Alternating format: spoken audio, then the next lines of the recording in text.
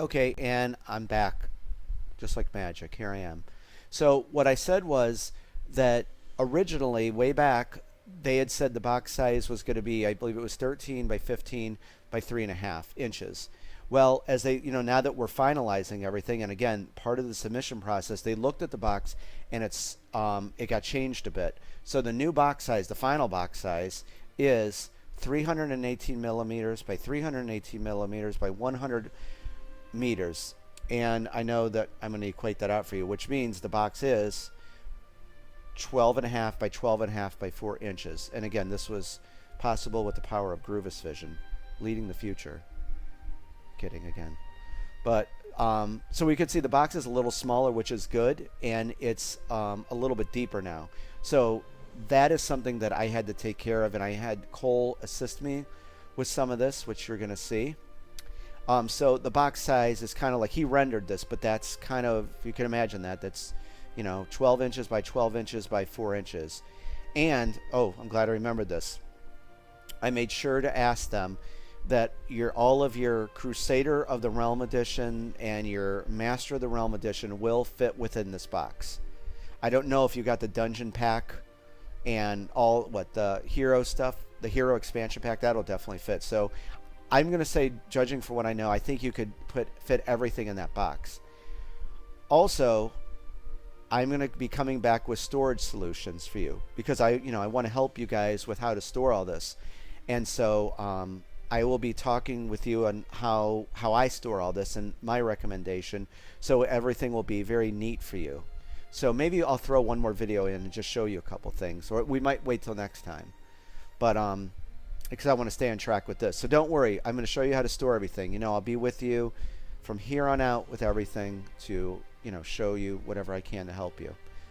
So what I wanted to explain was, last week I had to reconfigure the box. Now the sides and the front were not an issue, but it was this back that I had to really work on, and it looks very attractive, which we're going to see a close-up in a second. So we're going to be taking a look at that and Cole's work. Again, thank you, Cole. So I cut a piece. I don't want to give too much out to confuse you. Let me explain something about, let's look at this. Okay, see these folders right here? They say, like, up here, this is the base game, version 1. Here's Crusader of the Realm content, version 2. Master of the Realm content, version 3. And then the few add-ons that were offered, okay? So this right here, that's what's getting submitted to the manufacturer. And what a lot of people don't know is, and what was time consuming, I told you we had to go over all of the specs. And let's shoot back to that mini spec sheet here. This is just a snippet of it. But if you notice, remember we talked before about 4C plus 4C? That's what I was talking about. Make sure everything was, double-sided printing if it had to be, or 4C plus 1C, which was one color on one side. So, measurements of things. This is what this column is here. And so one of the last tasks that I had to finish up after redoing that back of the box, you have to kind of all be on track when you submit like parts for a game. You and the project manager, because the project manager, from what I understand, of course, gets with the engineers to present everything that has to be printed and manufactured. So you kind of all have to be on the same track with everything. So what we had to do was, or I had to do, let's take a look at here. See where it says PN001, linen box, and then the measurements, okay? So what you have to do is, release system that we're doing, let's go back to this. This spec sheet you were just looking at, this is for the base game. And so, see down here? Like here's version 1, that's the base game. Version 2 is Crusader of the Realm. Version 3 is Master of the Realm. And then the add-ons. So those are like tabs that you could click on. So we are in the base copy right now looking at this stuff. So we can look at here, PN001 lid box, okay? So we're going to shoot back to the folders, which they're going to get.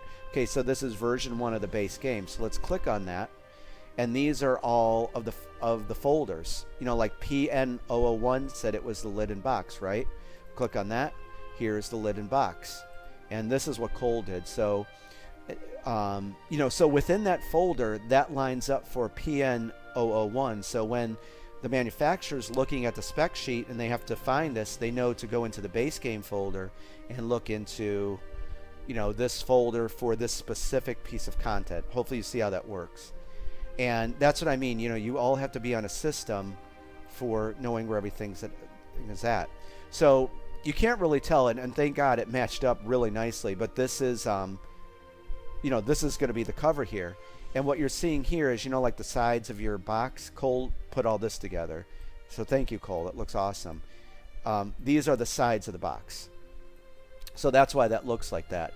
So as you could see, so under, PN001, there's the front, and then here's the back.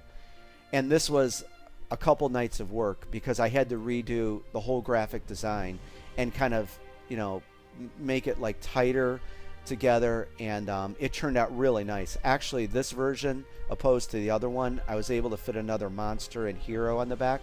This came out really good, and even Cole said this looks much more attractive.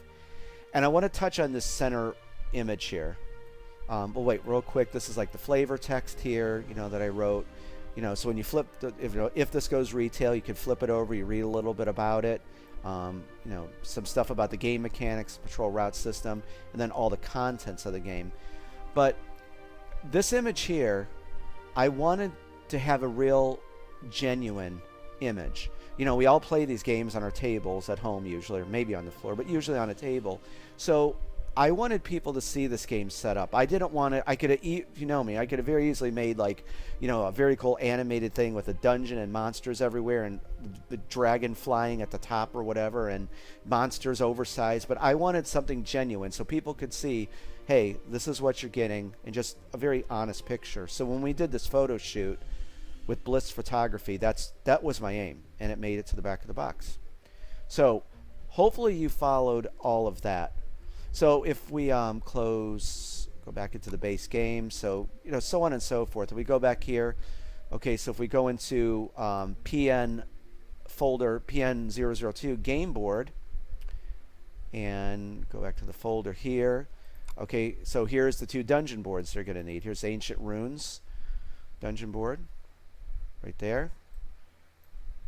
There's for that, and then the Tomb of Kaladar, because it's a double-sided board, of course. So you get two dungeon boards with all editions of Dungeon Crusade, though, and you guys have probably seen this a lot. So there is the Tomb of Kaladar board. So you could kind of see what I mean about this is what I had to do for everything. Like for PN004, here's all the various cards that go under that part number, and the dungeon UI board is in this folder. So going back to this, that's what I had to do, is create folders for everything on all these different spec sheets and place it all in folders so that manufacturer could easily find it. So I'm going to stop this because I'm not going to get cut off and have Bill message me again and laugh. So I'm going to be back to wrap this up and talk just about a few more things. So I will see you in a second.